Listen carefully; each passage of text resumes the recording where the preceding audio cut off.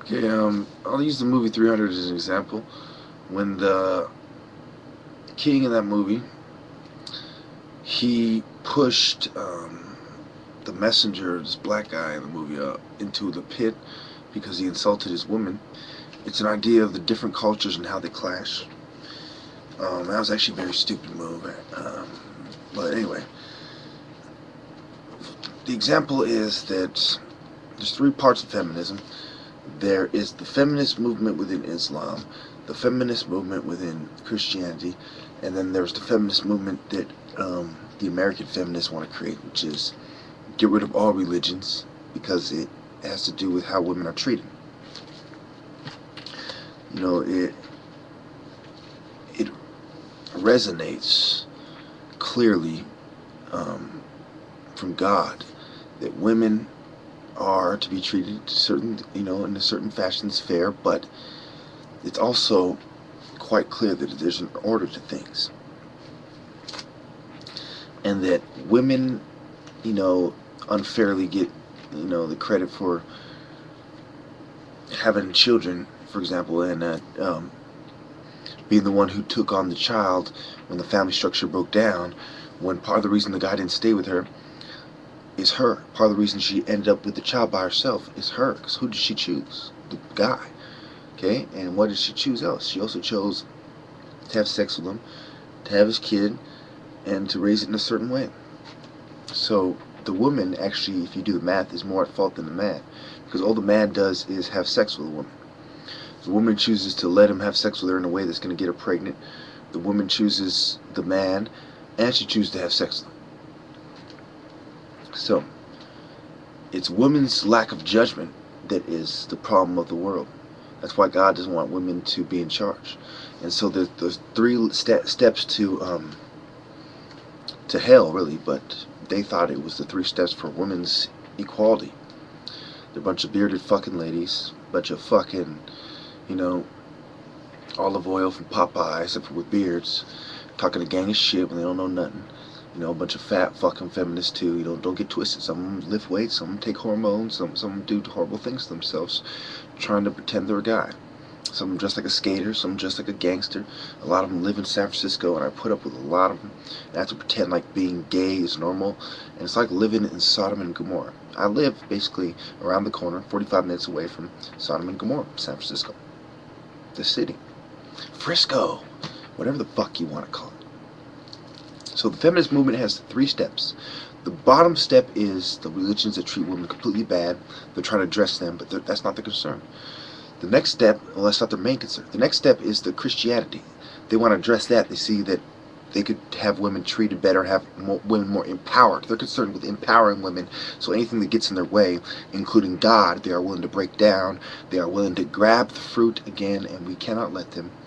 So one of the main movements within the greater cult of Ra and our greater school of thought is to keep the feminist schools of thought oppressed and to call them out for what they are. Thank you. So you know what? I'm making a lot of shorter videos, so I should drag this out a couple more minutes. Talk about different things. Well, I'm reading a lot about different typical compounds, different bonds, different lengths, for example, different references, and just refreshing myself on different bond distances and inductive and field effects. Basically, the first about 50 pages of this book, which is like, what, 1,000 fucking, what I'm saying? Books cost a lot of money. I'm not going to show you the title because they're going to start bitching at me about fucking lacing you up too much. But I'll show you the fucking price tag of this shit. It's fucking ridiculous. Fucking $69.95. Who the fuck pays that much money? You know what I'm saying? So, anyway, as I'm reading about this, and I'm thinking about the women's rights movement and how it relates to chemistry, and you say certain people have a certain chemistry with each other, and that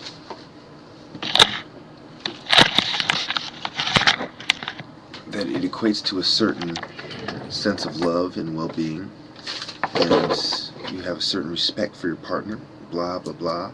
And our standards are made by a bunch of white people. White people want to impose their standard of living on us.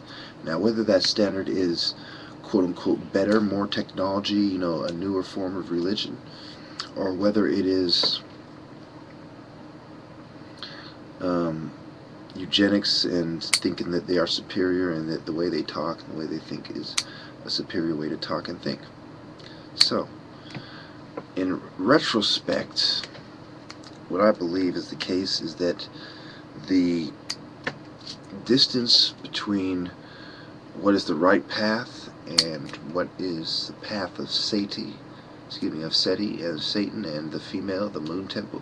There's a reason why a witch has a negative connotation, why a magician has a good one, and you hardly hear about warlocks or female magicians who are good, but you constantly hear stories in myth of male magicians who are good, and of females who do magic being the bad ones. Female magicians, practitioners of pagan symbolism through ritual ground and sacrifice and incantations and chantings, magic spells, different rituals that the fucking moon temple is all about. Now, I find it important to really understand what is going on in life and why we got here, and what is the order of things, how do things work, what is the proper way to do things.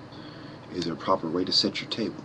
Is there a proper way to water your plants and your crops? Was there a proper way to build a pitchfork and a shovel and a hoe and a rake and a jackhammer, a hammer, a screwdriver, etc.? A drill, the different drill heads. Are there proper ways to hammer a nail? Are there proper ways to use a trowel to lay down the cement between the bricks, the concrete, the bricks together, and to solidify your structure? Or to build a structure out of twigs, or to build a structure out of lies and fallacies, which is the easiest to blow down, which is what they have done. And many guys will sell out. Many guys will, oh, I love this girl, so I'm going to bootlick and fucking sell out to the feminists because I don't want to go against them. I want to get the pussy. And there's quite a few of them now. There's 130,000 fucking sluts in the Eastern Star alone. There's countless feminist organizations and movements. They are on the move. They are dipping right alongside with Hitler, doing eugenics, females' rights to not only have power over men, but to have abortions and kill babies and to kill everybody off. And God has shown me the evils of abortion and the evils of eugenics and the evils of the pharmaceutical industries and the bootlickers and the great harm that can be done with going along to get along. I again remind you that they've done it before. Who are they? Man Anthem, and they're doing it right now, and they're smiling at you while they're doing, oh, we love you. Oh, welcome to our fucking nut house. And we are doing you a favor. Listen, we're doing you a favor, pal, by giving you this pill and saying we love you and fucking sending you home while we lace our pockets thoroughly with money you don't have. Yeah, you're in debt to us forever. It's okay. You'll pay us when you can, you know, incrementally. And then we'll take you to collections, etc., etc. Bunch of woods that don't matter. So, of course, you know, in my book, it's fair play that if they put you in the hospital and they practice eugenics on you, you know, to say assault them or blow up the hospital or whatever you want to do, that's fair play in my book. Not saying that I particularly would take that route, but I consider that fair play. And if I was a judge, I would venture to say that if I was the judge, I would let it go. And I would let people, former inmates of the mental institutions who are disgruntled at their treatment, be allowed to put the shrinks' heads on pikes in the front of the room. So, that about covers it. 9:30. Thank you.